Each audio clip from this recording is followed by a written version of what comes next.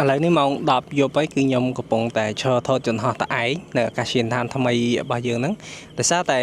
ដំបូងគោលបំណងថាមកថតរៀងផ្លែទេប៉ុន្តែមកដល់ឃើញទស្សនវិជ្ជាវាស្អាតពេកអញ្ចឹងក៏អត់ដាច់ចិត្តទៅផ្ទះអញ្ចឹងក៏សម្រេចថាអូខេមកតាំងពីម៉ោង3ឥឡូវម៉ោង10ជាងចាំដល់ Korean Air ហោះចុះតែម្ដងទៅចាំទៅផ្ទះប្រហែលជាម៉ោង10ម៉ោង2:10ចាំទៅផ្ទះអញ្ចឹងនេះគឺជាទស្សនវិជ្ជានៅអាកាសយានដ្ឋានថ្មីបងប្អូនឃើញភ្លើងក្រោយខ្ញុំហ្នឹងហ្នឹងគឺជាពលឺនៃ runway ហើយនឹង terminal នៅអាកាសយានដ្ឋានដាច់ចូលហ្នឹងហើយឡើយមានមនុស្សហើយពេលខ្ញុំមកគឺសិតតែមនុស្សច្រើនប៉ុន្តែឥឡូវនេះគឺអស់លីងរកតែម្នាក់ក៏គ្មានដែរនៅតែខ្ញុំម្នាក់គត់តែម្ដងហើយនឹងនៅមួយណប់ចិត្តខ្ញុំនេះគឺកាមេរ៉ាមួយហ្នឹងជាមួយខ្ញុំហ្នឹងពេលថ្ងៃថតស្អាតតាមទូរស័ព្ទក៏បានដែរប៉ុន្តែពេលយប់ឡើងទូរស័ព្ទថតឡើងកើតហើយគឺតតែមានកាមេរ៉ាមិនអាចថតបានអញ្ចឹងតម្រាំនៅបានរូបមួយចែកជូនបងប្អូនទស្សនាហ្នឹងបងប្អូនឃើញពីទស្សនវិជ្ជាក្នុងការថតការតស៊ូរបស់ខ្ញុំមិនមែនតស៊ូអីទេតែគាត់ថាលះបង់ទាំងកន្លែងកម្លាំងកាយកម្លាំងចិត្តនៅក្នុងការផលិតរូបថតហើយនឹងវីដេអូចែកជូនបងប្អូនទស្សនាមិនមែនថាថតហើយយើងយកទៅផុសបានទៀតនៅពេល edit នៅអីទៀតអញ្ចឹងគឺចំណាយពេលច្រើនមែនតើហើយសង្ឃឹមថាវីដេអូដែលខ្ញុំធ្វើទៅហ្នឹងគឺបងប្អូនជួយ like ជួយ share ទៅគាត់មានបងប្អូនខ្លះគាត់ចាប់អារម្មណ៍នៃកូនយន្តហោះទៅគាត់អាចជាវកូនយន្តហោះហ្នឹងទៅរកប្រាក់ចំណូលបានតិចតួចដែរសារតែវីដេអូរបស់ខ្ញុំហ្នឹងគឺខ្ញុំធ្វើមកគឺអត់មាន monetize អត់មានលុយអត់មានអីទៅនិយាយស្ដាយនិយាយស្មោះត្រង់ទៅហើយមួយទៀតសុំគុំលួចរបស់ខ្ញុំហត់ខ្ញុំធ្វើតម្រាំទៅបានមួយគឺចំណាយពេលច្រើនចំណាយទាំងលុយក្នុងការទិញកាមេរ៉ាជិះឡានមកចាក់សាំងទៀតទៅមកអស់ហើយ5-6 លីត្រដែរ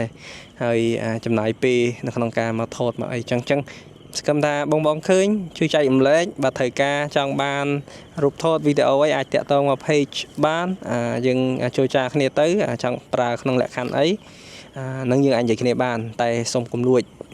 កុំយកទៅប្រើប្រាស់ដោយគ្មានការអនុញ្ញាតខ្ញុំឃើញខ្ញុំ report ទៅដាច់ដែរទេគេ remove ចោលទេអាហ្នឹងតែ5-6 នាទីគេ remove ចោលអស់ហើយអញ្ចឹងកុំឲ្យខូច page បើចង់បានអាចតាក់ទងមកយើងអាចនិយាយចូលចាគ្នាតែយើងកុំនិយាយហ្នឹងឥឡូវនេះចង់បង្ហាញពីទស្សនវិជ្ជានៃការចុះនៃការឡើងនៃយន្តហោះនៅអាកាសយានដ្ឋានថ្មីយើងគឺស្អាតមែនតើជាពិសេសនៅពេលយប់ជាព្រឹត្តិការណ៍ដែលបងប្អូនមិនដែលឃើញទេខ្ញុំក៏មិនដែលឃើញដែរនៅពលានចាស់យើងមានដែរប៉ុន្តែគឺពិបាកនឹងក្នុងការថតក្នុងការផ្តិតរូបហើយនឹងវីដេអូចែកជូនបងប្អូនទស្សនាមកដល់នេះបើសិនជាបងប្អូនមានកាមេរ៉ាល្អទំនើបlens ដែលមានpicture ខ្ពស់គឺអាចថតរូបបានស្អាតនៅទីនេះដោយសារតែពលានគឺនៅទាបយើងគឺនៅខាងលើវិញអញ្ចឹងថតទៅគឺអត់មានជាប់លវងអត់ជាប់អីទេយើងអាចថតបានស្អាតតែម្ដងប៉ុន្តែមួយរយៈចុងក្រោយនេះគឺឃើញថាមានបងប្អូនបុកមកលេងច្រើនអញ្ចឹង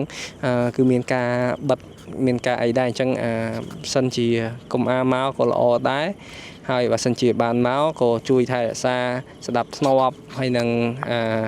សុខភាពដោយសារតែនេះវាគៀកជាមួយនឹងផ្លូវរត់អញ្ចឹងបើសិនជាយើងមានសម្រាប់មានអីហោះចូល